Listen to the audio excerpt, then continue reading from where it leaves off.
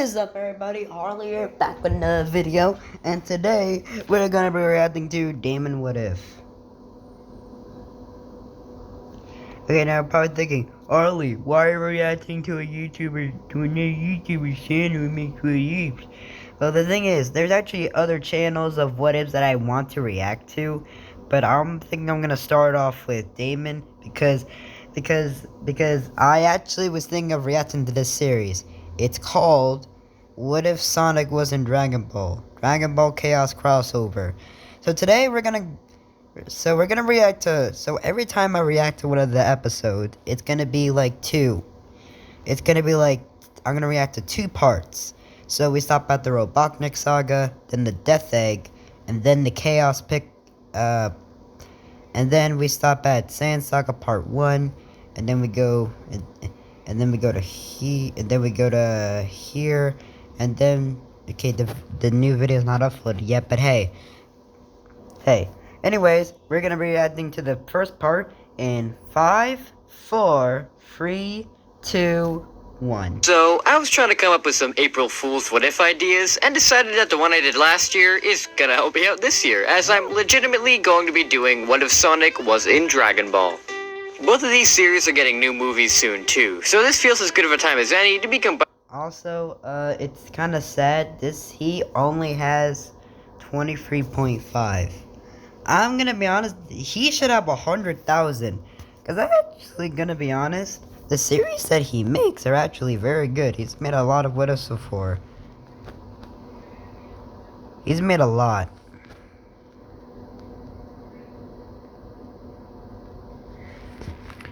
He's made a lot of what ifs before, and they're actually very good. But I'm gonna react to this one, okay?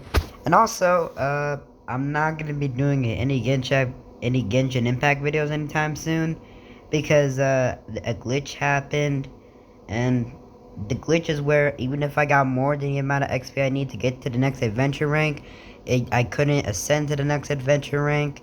So then I had to switch to a different. So then I had to go on a different account, and then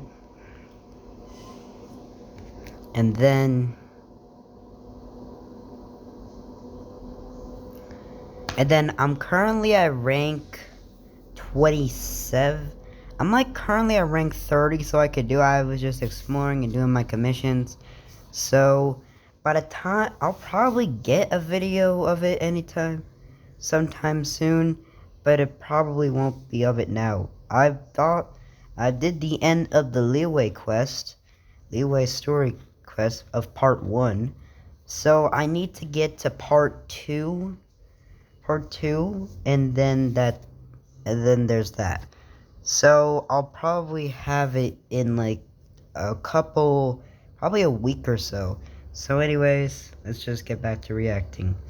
Oh yeah, this is called Crossover Part 1. It's the Origin Saga. So I guess what's gonna be on here is just gonna explain the past.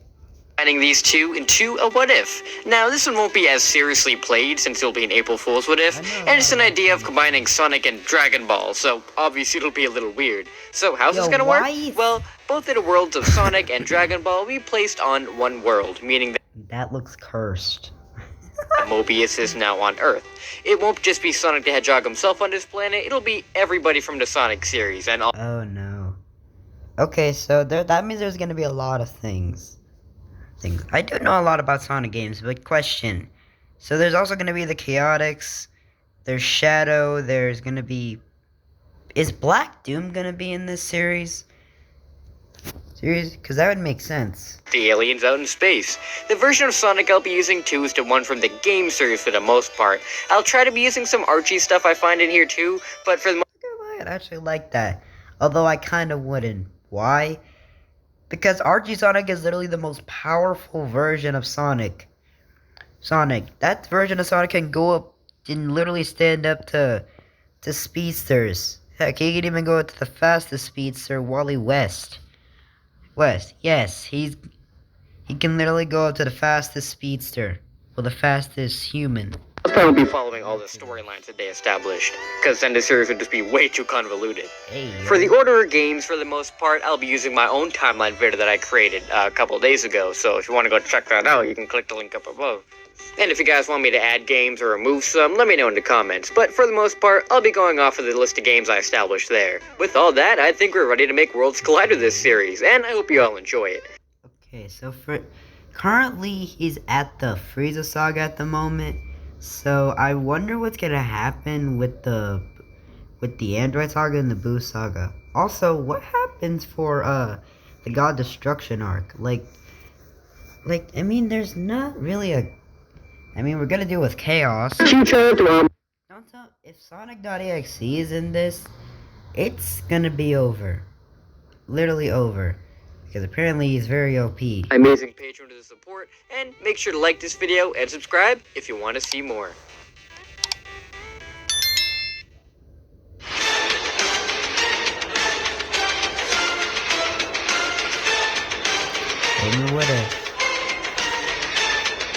Oh yeah, he also made a series on what if he was in Dragon Ball. Way before either Goku or Sonic were born, a cataclysm occurs on the planet of Namek, sending a young nameless Namekian to the planet. Instead of landing into Yunzabit Heights, the Namekian crash lands on an island in the sky, Angel Island. The young Kami is taken in by the Echidna tribe, who guard the mighty Master Emerald. The main guardian of the Master Emerald is this time's Kami, who I'll be making an Echidna. Okay. Kami's job is to guard the Master Emerald on the floating island and guard over the people of Earth. Through the power of the Master Emerald, Kami can see all of the inhabitants on the planet, and the Namekian is fascinated by this kind of power. The Echidnas feel for the Namekian and decide to take him in and raise him. The Namekian is raised by Kami's attendant, Mr. Popo, and a daughter of Kami, Tikal. Both of them teach a Namekian about the ways of the Echidnas and the powers of the Master Emerald. The Namekian grows very powerful here. His knowledge grows vast, and he is more of a candidate for the next Kami than any of the Echidnas present. Though, Kami used the power of the Master Emerald to see there is a great evil inside of the Namekian's heart, and he cannot become Kami with something like that inside of himself. The Namekian is distraught by this news and decides the only way he can become Kami is to separate himself from the evil inside. The Namekian goes up to the Master Emerald and begins to use its power to force a separation. The Echidnas look on in terror as the Namekian is split into two beings, creating our Kami and Piccolo. Piccolo looks over at the Echidnas and smiles. He puts his hand on the Master Emerald, absorbing its power inside himself. Oh, no. Kami can't believe this is happening and tries to use a counter chant to prevent Piccolo from achieving a super form. Piccolo and Kami go back and forth, fighting for control of the Master Emerald. A bunch of Chow jump onto Piccolo to try and pull him off. Kami uses this distraction to force his chant to take over, and the Master Emerald explodes in power. All of the Echidnas are blown back and slowly rise to see a terror before them. Piccolo wasn't able to fully utilize the power of the Master Emerald to reach a super form, but was able to use enough of it to become a being of pure chaos. He has become Chaos Piccolo. Chaos Piccolo powers up and begins to wipe out all of the Echidnas coming after him. He kills hundreds of them as the Namekian and Tikal try to stop him. Tikal is powerful enough to survive, and Chaos Piccolo realizes that if he kills the Namekian, then he'll die as well, so he needs to spare his life. Kami uses this distraction to use the remaining power of the Master Emerald to seal away Chaos Piccolo.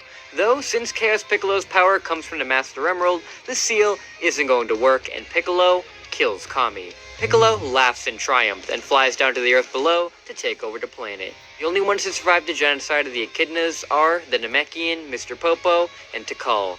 There are a few young Echidnas left alive in the huts, but most of the Echidnas have been killed today. There's one thing I just noticed. So they're probably gonna include like hypersonic, I guess. But there's one problem. What are they gonna do for the Universe 6 arc? Are they gonna put like Scourge as another version of Sonic? Cause that'd be cool. The Namekian curses himself for letting the evil half of him free, and Tikal says that this is not his fault, as they should have done a better job in training him to control that power, instead of letting it all flow out of his body. Now they need to come up with a way to stop Piccolo before he destroys the whole planet. Tikal takes Kami to the hidden palace zone to show him the shrine of the 7 Chaos Emeralds. These emeralds are not as powerful as the Master Emerald, but with their power, maybe they have a chance at defeating Piccolo. They have laid dormant for centuries, but now is the right time to reawaken their power. Tikal chants. Wait, is there gonna be Dragon Balls? Is there gonna be the Dragon Balls and the Chaos Emeralds? Oh no. I know Dr. Edman is in this, but is he gonna use the Dragon Balls to wish for the emeralds? Cause not gonna lie, that's a very smart idea. And second, that's pretty insane. Also, the whole death thing. I know the games, okay? Oh, what about Zavok? Is he gonna be? Oh no, I'm gonna skip here. I can't. I have to skip her talking. I don't want this video getting taken down. Tikal yells out Chaos Control, and the Emeralds grant Kami with their power. On Earth, Chaos Piccolo has been flying around with his minions and taking control of the planet. His Chaos clones destroy towns, kill hundreds of people, and it seems that there is no hope in stopping them. That is, until Master Mutaito and his pupils, Shen and Roshi, arrive. The 3 martial arts masters are skilled enough to destroy the Chaos clones, and save many people. Chaos Piccolo notices that his connection to the clones are disappearing, as if they are actually being wiped out. He flies down to town, seeing the 3 masters destroying his creations. Chaos Piccolo cannot believe this and flies into Shen, sending him flying away. Mutaito and Roshi huddle together, realizing this must be the main guy. Roshi fires his brand new Kamehameha at the creature, who deflects it as if it's nothing, and teleports behind Roshi to kick him away as well. Mutaito is left alone as he swings at Piccolo and fights with all of his might. Piccolo thinks this is very amusing, as he's able to easily dodge all of Mutaito's blows, and the ones that land do nothing to him at all. He expected this old man to stop and accept his fate, but he just keeps on attacking. Piccolo's annoyed now, and grabs Mutaito by the collar and goes to eliminate him, until he's blown back by a Chaos Beam. Piccolo goes flying into... You know what, let me do the math real quick. So if Piccolo is like, very strong, let's say when got out, he had like a power level of what? Like 300... Like 260 or something. Because this is young Kami. So if I don't know, what's the multiplier for a chaos form? You know what? I think Eamon said that chaos form would be, I don't know, like close to a super form. So let's say it gives them a 40 times like multiplier. So that would be 45 times, and it's 13,000. No wonder he took those blows without a scratch. Goes flying into the ground, and Mutaito looks up to see Super Kami flying overhead. Super Kami tells Piccolo to stop this madness now and return to Angel Island. Chaos Piccolo isn't going to let his good half stop him, and the two begin to clash. Oh, yeah, this video is actually... Also, the first part is actually the most popular one out of all the other ones. Which is kind of sad, because I actually looked at it, and 21,000, 17... It's sad that he only has 23,000 subscribers. This man, he needs like 50K. Get him to 100. Like all these videos he has here, they should have like 50,000, more than 50,000 per one. Prepared Namekians fight, with Kami using Chaos Control to teleport all around Piccolo and show him up. Even with his extendable water limbs, Chaos... I like how they put this scene in the Cooler movie. They just paint his limbs blue. Piccolo can grip Kami tight and throw him around. Though with the full power of the 7 Chaos Emeralds at Kami's disposal, the being of Chaos has no chance. Okay, actually that makes sense. Because an actual super form is a better multiplier than just another form, than chaos form. Kami still can't kill him, however, and with his generation abilities, they could be at this all day. The True. Chaos Emeralds And they're won't not power gonna him power forever, so they need a new solution. Tikal comes down with the Master Emerald and tells Kami that with their combined power, they can seal away Piccolo together. Kami kicks Piccolo down towards the Master Emerald and uses his Chaos Control to push Piccolo inside of the Emerald. Piccolo isn't going to go down so easily, however, and resist the power of Chaos. Tikal uses her own power to push Piccolo in more, but this isn't really enough. To make matters worse, Kami loses his super form and collapses exhausted to the ground. Chaos Piccolo smiles and goes to break out of Tikal's hold, until he's pushed once again. Mutaito unleashes his Mafuba technique on Piccolo, and since this isn't a technique powered by Chaos Control, it isn't able to be resisted by Piccolo. Piccolo screams as he is pushed into the Master Emerald, and Tikal, to make sure he stays in check, goes to be sealed along with him. Kami yells at her to stop, but she has made up her mind and is sealed alongside Chaos Piccolo into the Master Emerald. Once Piccolo is sealed, Mutaito collapses to the ground himself, dead, as he used the last of his power on the Mafuba to seal away Piccolo. Kami sadly rises up, and thanks to pupils of Mutaito for their help in cleaning up his mess, as he takes the Master Emerald back to Angel Island. Once back on the island, Kami is the new Kami of the island, and does the best he can to raise the young echidnas that survived the massacre. Oh my god, wait. Form. But will these Saiyans become even more powerful than him? That won't do at all. Black Doom goes to Frieza. Wait, I don't want to see this. Minions, Spoilers, and taking spoilers. Kami loses. He eventually discovers a new power inside of himself, the ability to create 7 orbs. As he takes the Master. Over the years, he tries his hardest to find ways to revive those who were killed to undo his mistake. He eventually discovers a new power inside of himself, the ability to create 7 orbs to reflect the 7 Chaos Emeralds. He calls these orbs the Dragon Balls, and with the Dragon Balls, he wishes for those who were killed by Piccolo to be revived. The Dragon God Shenron says that that wish cannot be granted, as they were killed hundreds of years ago, and have gone on to be reincarnated into other beings. This disappoints Kami, but it was to be expected. These Dragon Balls are nowhere near as powerful as the Chaos Emeralds, but hopefully with the Dragon Balls out there in the world, they can be used as a symbol of hope for others, so they can have something to rely on, and maybe this will clear his conscience. The 7 Dragon Balls are scattered across the world, and life resumes on Angel Island. Out in space, the tyrant King Cold has recently appointed his son, Frieza, as... And since I accidentally skipped, we know that Black Doom is here. The ruler of his empire. Frieza, of course, takes over in enslaving the Saiyans, though he has other matters to attend to besides them. You see, Black Doom has been supplying the Frost Demons with his black arms to pay off a debt he's had with their species for years. Though these Saiyan creatures are getting stronger and stronger, and with the use of their Great Ape forms are easily surpassing his black arms in power. Yo, that's so true. So true. Wait a minute, that doesn't make sense. Wait, I have to do it again. So a black arm would have to have like a power level of like 12,000 each. And then the black bulls would have to be like 16 probably. 16,000. But with the help of their great ape forms, they'll easily surpass them in strength. And if Black Doom is as strong as first form Frieza, he can't have a primitive race be capable of destroying the Black Arms. Thankfully, he managed to head to Earth some time ago to begin work on the ultimate life form. But will these Saiyans become even more powerful than him? Yes, they could. The thing is, that's the thing. If the Saiyans rebelled against Frieza, all of them could have transformed into a great ape. Because if the elites had a power of like 14,000 each of them, if they used an artificial moon, they could have transformed into, they would have a power level of, 140,000.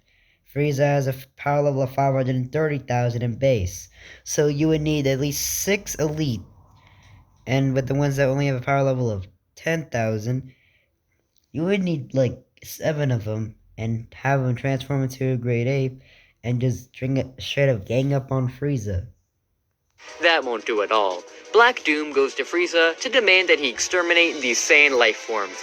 Both of y'all got no drip. Or he'll do it himself. Frieza was planning on killing these Saiyans himself, as to be honest, he was worried about them becoming too strong and killing him. But now that Black Doom wants them gone as well, he doesn't want to just show that he has to take orders from him. Frieza is kind of a prick and tells Black Doom that he will get rid of the Saiyans when the time is right, but to keep his nose out of his business. Black Doom won't handle disrespect like this and sends his Black Arms down to the planet to eliminate the Saiyans himself. The Black Arms army head down to the planet and begin to kill the Saiyans. The Saiyans try their hardest to fight them back, though in their base forms they don't stand much of a chance and begin to drop like flies. The elite class can kill a few of them, but there are just too many and they begin to be swarmed as well. Bardock and Gine see the invasion happening and hearing the scouters that the Black Arms and even Frieza's men are coming to the planet to kill them all. Bardock realizes that if Frieza and Black Doom are involved, they really don't have a chance of surviving, so they take their son Kakarot and fly off to find an escape pod. They're able to find a pod big enough to fit two of them and go to get into escape, but a swarm of Black Arms appear to stop them. Bardock tells Gine to take Kakarot and get inside. He'll hold them off. Gine doesn't want to leave her husband, but knows that she has no choice, so places Kakarot inside the pod. And when she goes to get in herself, she is shot in the chest by one of the Black Arms. Gine looks to see a hole in her chest and realizes she isn't going to make it, so she closes This man Goku saw his mother die in front of him. Jeez. door to the pod and sends Kakarot off alone. Gine collapses dead as the Black Arms try to shoot the pod out of the sky. Oh, no. But Bardock is able to fire his ki at them to protect the pod until it's out of sight. Bardock is enraged on seeing Gine's body and wipes out all of the Black Arms surrounding him as he flies over to the air to destroy Black Doom and Man said, this anger is gonna kill you now. Frieza. Once he goes to Frieza's ship, he sees something he didn't expect. Frieza and Black Doom fighting. It seems that they don't quite agree on who should kill them, and are fighting it out between themselves. Bardock takes their distraction to fire a spirit ball straight at the two to try and take them both out. The blast hits both of them dead on, though it doesn't do any damage whatsoever. Frieza retaliates by throwing a death ball right at the Saiyan, and unfortunately for Bardock, he's not strong enough to hold it back, and is completely engulfed by it. The death ball then flies straight into Planet Vegeta, and destroys it, taking out all of the Saiyans and the Black Arms that were on the planet. Black Doom is furious how Frieza killed most of his army, with Frieza telling him it wasn't that big of a deal as he destroys it, taking out all of the Saiyans and the Black Arms that were on the planet. Black Doom... Yo, what is with the squeeze, like, zooming in and zooming out? Like, is this supposed to show them in anger? Like, is this supposed to show them, powering up, or showing... Or having them be in anger or something? Like, Doom is furious how Frieza killed most of his army, with Frieza telling him it wasn't that big of a deal as he took out the Saiyans too just like he wanted him to. Black Doom tells Frieza that this isn't over, and someday he'll return with the ultimate life form and take him out one... But yeah, there might be some instances where the videos, where literally one video would be too long, so I might be reacting and for all to prove that his army is superior. Black... This man's gonna... Wait, he's gonna have... Oh, wait. Oh, he's gonna have the help of Shadow take out Frieza. Doom uses Chaos Control to get away, as Frieza enjoys the fireworks from Planet Vegeta's destruction. Oh, beautiful fireworks. Kakarot's pod managed to successfully escape the planet and reach Earth, landing at Grandpa Gohan's where he is raised as Goku. Goku's years on Earth pretty much happened as they did in canon, with him still accidentally killing... Not gonna lie, when I first saw this, I felt so bad and so sad. I felt so sad. This, like, Goku didn't even know he killed his own grandpa until and when he found out for himself, he was just distraught. He was just, like, this actually happened. Like, he really... The Grandpa Gohan got crushed under his foot. And Goku was like, me win, Grandpa. Wait. That's just so sad. That's so messed up. Oh, no. Grandpa and living by himself. Though, as Bulma makes her way to Goku to search for the Dragon Balls, there is another threat looming overhead. Dr. Ivo Robotnik has been doing his research on the mystical items known as the Chaos Emeralds and the Dragon Balls. With the power of the Chaos Emeralds, he'd be able to fully take over this planet, but he has no idea where they could be. He doesn't exactly have a radar that could be able to track these things down, but word spreads through the science community that Dr. Brief's daughter Bulma has created a special radar that can detect these Dragon Balls. excellent. If he can get his hands on these Dragon Balls, then he can wish for all the Chaos Emeralds to his location, and use their overwhelming power to overtake the world. Robotnik sends his Badnik army out to go and find Bulma. And as the Badniks are unleashed on the world and many animals are taken, this gets the attention of Sonic the Hedgehog. Sonic's animal friends were abducted by Robotnik and used to power the Badniks. He's not going to let this Eggman get away with this, and uses his super speed to go around and destroy the Badniks and find out what they are after. Goku and Sonic's different but connected journeys begin, and we'll move on to their adventure next time. Hope you guys enjoyed the wacky combination of Sonic's world into the Dragon Ball world, as it was a lot of fun to combine certain elements of both stories into one. If you guys want to see another part, let's see. Yeah, we already have these other parts. So, second one, here we go. The Robotnik saga. Flies up to meet with him. And I see in the Death Egg saga, Sonia's gonna have a super form. And Robotnik meet for the very first time. And Sonic asks Robotnik... Sonic races around the Green Hills, running and jumping to save all of the animal critters captured by the evil Robotnik. Soon, Robotnik gets word of an animal trying to fight back against him from the Badniks. Robotnik doesn't really think much of it, and decides he'll make his way to go and squash this insect himself. He deploys his massive wrecking ball and flies over to the Green Hill Zone to take out the animal. Sonic is just about to leave Green Hill when Robotnik flies up to meet with him. Oh. Sonic and Robotnik meet for the very first time, and Sonic asks Robotnik if he's been the one to steal all of these animals and turn them into robots. Robotnik is pretty proud of himself for this actually, and laughs out, saying that he is indeed the one behind this mess, and this little hedgehog must be the one trying to foil his plans. He's not going to let this stand and swings his wrecking ball right at Sonic to take him out. Though once the ball swings at him, the hedgehog disappears. Robotnik wonders what happened, when Sonic laughs out behind Robotnik, saying that was a neat trick with the wrecking ball, but he's got a few neat tricks for himself. Sonic rolls into a ball and begins to hack away at Robotnik's ship, hitting it enough times for the ball and chain to break off completely and the ship to begin to malfunction. Robotnik can't believe that this hedgehog caused that much damage by himself, and flies off in retreat. Sonic laughs that he better run and makes sure to jump on a container behind him to free all of the trapped animals. Little animals thank Sonic for his help, and Sonic looks over to Robotnik's burning ship. He may have been able to save all of the animals in Green Hill, but he can tell that this is far from over. He tells the woodland animals to go and warn the others about all the Badniks, and he'll be going off to deal with this Eggman. Sonic bursts off at the speed of sound after Robotnik to save his island for good. Elsewhere, Goku and Bulma begin their journey to go and find all 7 of the magical Dragon Balls. Bulma has already managed to get 2 on her journey, so with Goku's 4-star ball, the 2 now have 3 out of 7. Good start. The 2 have a few run-ins with dinosaurs and that, but for the most part, they're making their way to the next Dragon Ball with little to no problem. On the way though, they're stopped in their tracks. Bulma yells out in fear as a robot lands down with a gun for a hand, demanding that the 2 life forms hand over the Dragon Ball if they value their lives. Goku tells the robot, no way, with Bulma yelling at him what he thinks he's doing as he's gonna get himself killed. The SWAT bot shoots at Goku with him pulling out his power pole and deflecting the laser right back at the SWAT bot. The SWAT bot goes down with Goku running over and saying sorry for killing it.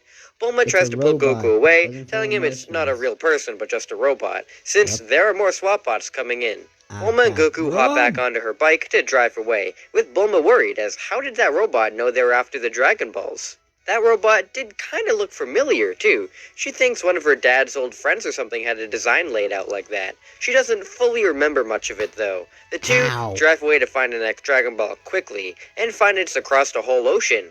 Goku wonders how they're gonna get out there, and Bulma pulls out another capsule. This time, a boat for them to sail across to get to the Dragon Ball. The 2 hop in the boat and head over to the island. Robotnik is back at his base when he gets a message from the SWAT bot unit that they managed to track down 3 of the Dragon Balls from Bulma, but they destroyed a bot and managed to get away. Robotnik curses to himself since now he has his hedgehog and Bulma to worry about. It shouldn't be too much of an issue though. He's met Bulma before the last time he was talking to Dr. Briefs. She's just a little defenseless girl. He should be able to take care of her himself. He checks the Badnik's cameras to see that the hedgehog is currently making his way through Marble Zone, so he calls up his hitmen to go and take care of this while he goes to take Bulma. Sonic rushes through the hazards of Marble Zone, and is pretty surprised to find some of these boxes left lying around by Eggman that give shields. He must have left them around for all the badniks to use, but since they're not the brightest eggs in the basket, they wouldn't know how to use them. He seems to use them just fine though. Once he reaches the end of the zone, he's shot at from above by Mechanical Suit. The robot yells out at Sonic to stop right where he is, as he doesn't want to shoot. Sonic tells him he already did and asks who he is, as he doesn't seem fat enough to be that Eggman.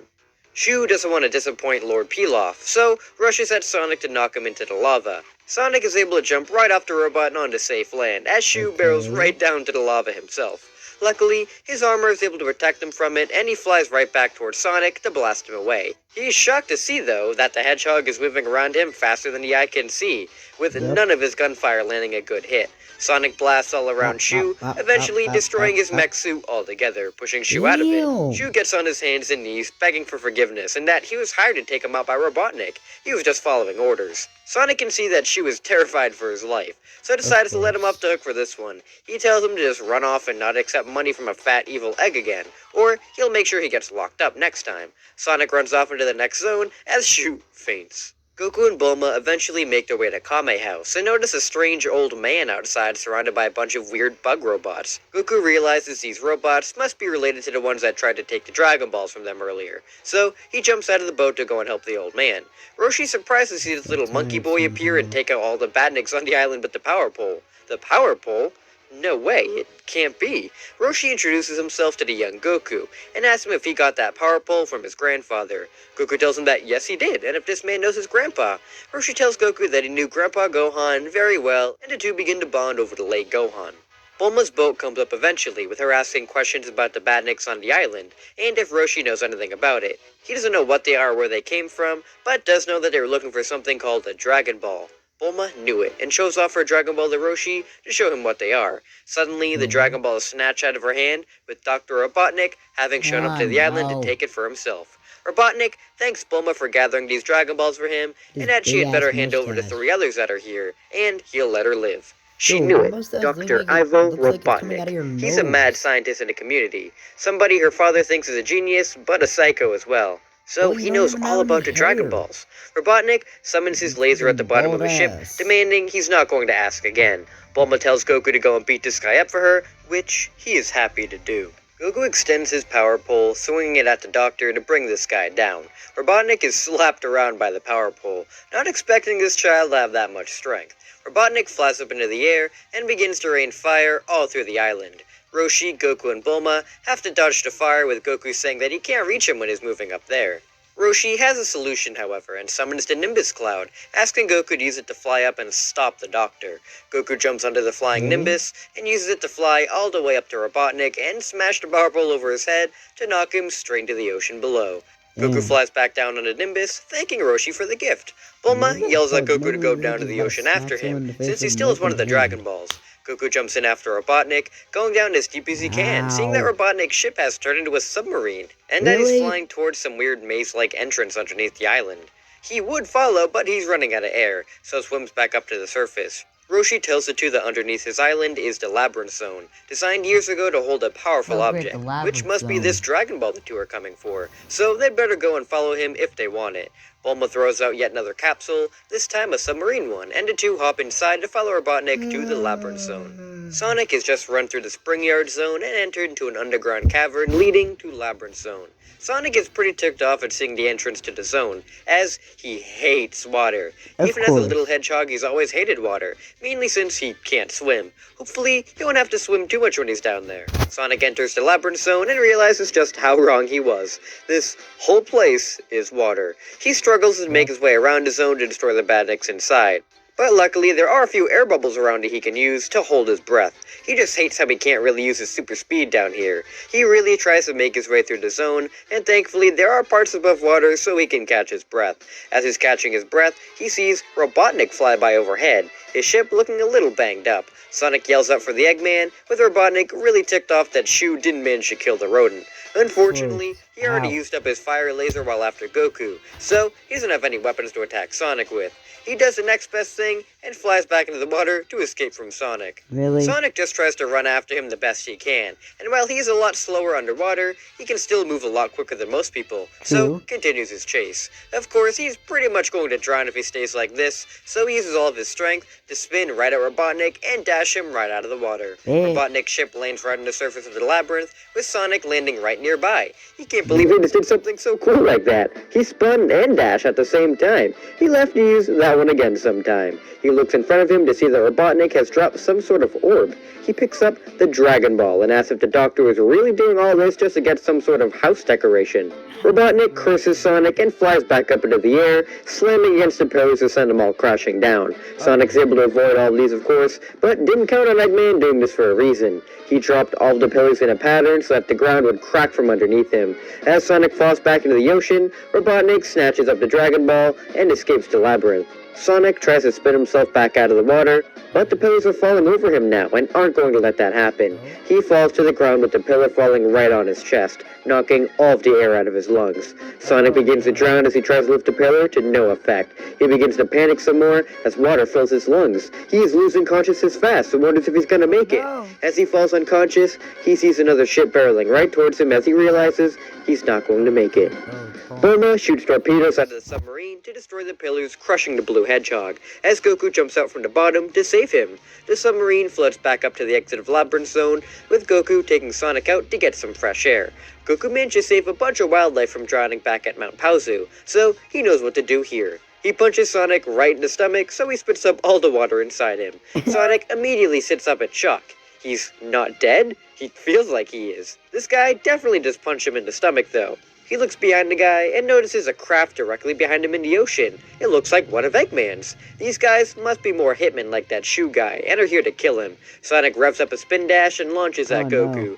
Goku is surprised and dodges out of the way, swinging his power pole to knock Sonic out of his ball form. Sonic rolls over injured, with Goku telling him that wasn't very nice, and if he's gonna play like that, then he'll play dirty too. Sonic just nearly drowned, so he's not in the best of moods and wants to end this guy quickly. So, he runs all around him, creating after images of himself. Goku is shocked to see all of these Sonics appear in front of him, and is even more surprised to get punched a bunch of times by the hedgehog. Sonic is enjoying being able to move at the speed of sound again, and zipping all around this guy, until Goku is able to finally nail him right in the face. Sonic wonders how he is able to do that, with Goku saying that eventually he just listened to his nose and realized which one is real. Sonic is actually pretty excited now. This guy here really is something else. He's a thrill to fight and will totally keep it up. The two look at each other and once more get into a fighting stance. Hey everybody, sorry to interrupt the video, but it Don't care. such off, but 10%. This is literally not even your merch. This isn't even your merch. I've seen people do this. They keep spamming the same merch link. Off of your order. Hopefully, you won't regret your purchases. Now, let's get back into the video. Okay. You really got an animation for this, okay? You're pretty strong. You gotta take me on. Cool. Let's see what you've got. Those tricks won't work on me. Hey!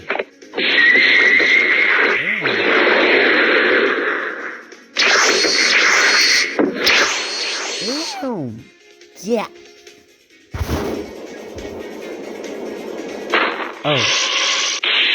Yeah! Okay. Why, you?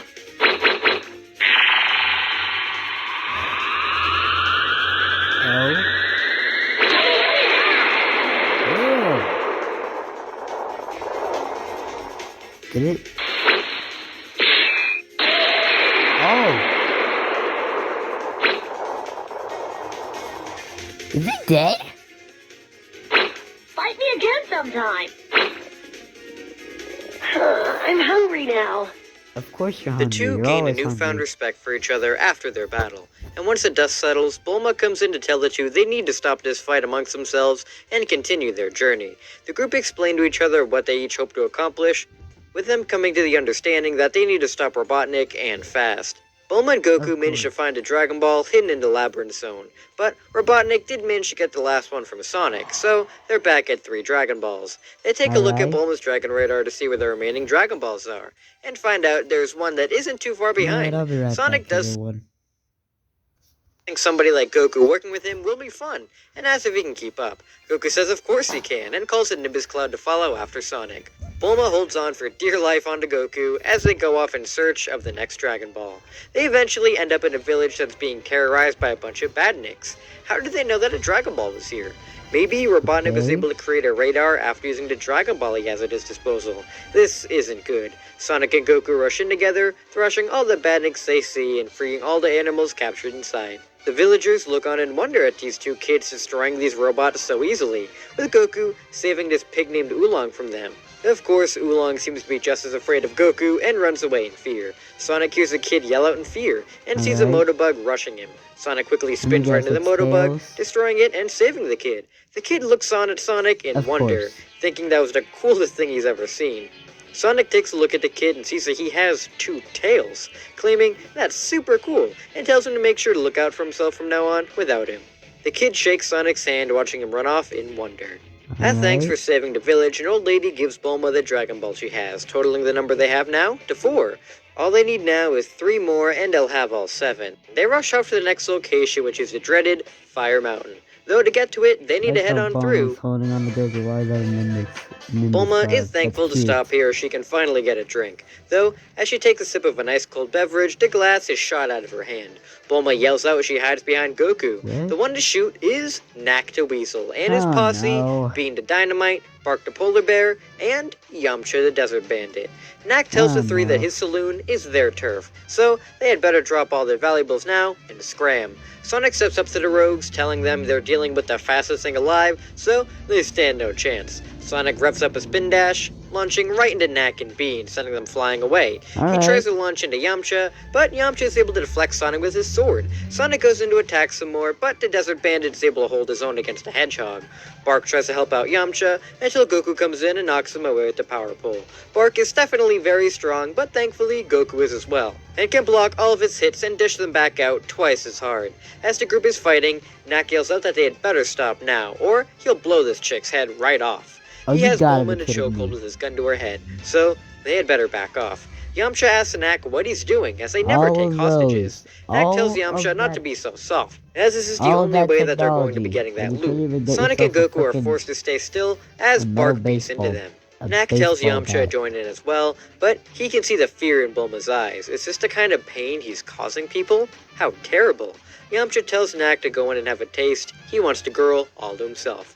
Knack does want some kicks in against that hedgehog especially, Big so puts ass down the teeth. gun, and this is when Yamcha rushes in and knocks him right out with a gut punch. Bark doesn't have much time to react as Yamcha rushes him with a wolf fang fist, hitting him so hard he goes flying away.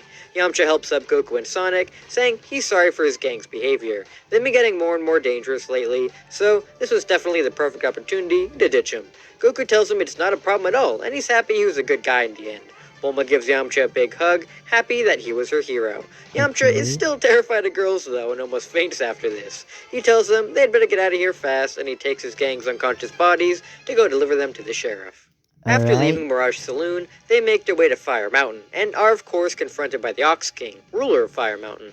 Though, after seeing the power pole and flying Nimbus, he can instantly tell that Goku knows his old master and training partner. He would be happy to give them the Dragon Ball he has in his castle, but it's surrounded by flames, so it's impossible to get to.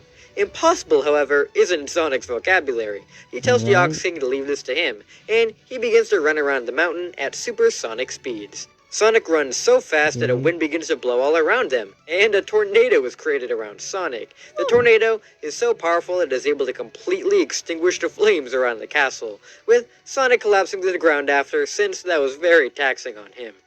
The Ox King thanks Sonic for his help, and that tornado was very impressive. Bulma and Goku go inside to retrieve the Dragon Ball, and with this they now have 5, only 2 more to go. The group decide to spend a night to allow Sonic to rest, which gets Goku pretty close with the Ox King's daughter Chi-Chi, though he really has no idea what flirting is, so he's Of completely course. oblivious to her advances. While they're spending the night, Robotnik has managed to get the other Dragon Ball, meaning he now has the last 2. He knows that the group has the other 5, so it would be easier for them to come to him and retrieve the Dragon Balls from their carcasses. The next morning, the group realizes that Robotnik has the last 2 Dragon Balls, so they make their way to his location. They journey through the Starlight Zone, the road right before Robotnik's base in Scrap Brain, when Sonic is confronted by a familiar face. Sonic sees Shu in his mech, telling him he tried to warn him, but this time Shu isn't alone. Mai and Emperor Pilaf show up to tell the group that they did a nice job getting the Dragon Balls for them, though this is the end of the road. They combine their mechs to form the Pilaf machine and attack the group. Sonic and Goku try their best to fight the machine, but the machine is just way too durable to break. No matter how hard Goku punches it or Sonic dashes into it, it just won't dent at all. The Pilaf gang swipe at the two, and with the raw power of the Pilaf machine, Goku and Sonic are knocked unconscious. Bulma screams out for them to get up, but she is knocked out as well. The 3 are then taken by the gang to Scrap Brain Zone and are placed in an energy cell created by Robotnik. Once the group wake up, Robotnik laughs out that these guys definitely were thorns in his side, but now he's going to achieve ultimate power. He places all of the Dragon Balls on the ground, ready to summon Shenron. Though, before he is able to, the Pilaf gang asks Robotnik about them getting control of the world as well, as that's what he promised them if they helped get the Dragon Balls. Robotnik tells him that, yes, he hasn't forgotten his end of the deal, and turns around to summon a Crab Meat to the office. Crab Meat walks in, and with a few button presses from Robotnik, he grows gigantic in size, crashing a hole in the ceiling. The Crab Meat grabs the Pilaf gang in one claw and throws them straight into the sky, never to be seen again. Robotnik laughs out, saying they should be happy he didn't do anything worse, and reverts Crab Meat back to normal. Goku, Bulma, and Sonic look on in fear as Robotnik is finally able to summon Shenron. Shenron is unleashed and asks Robotnik what he wants to wish for.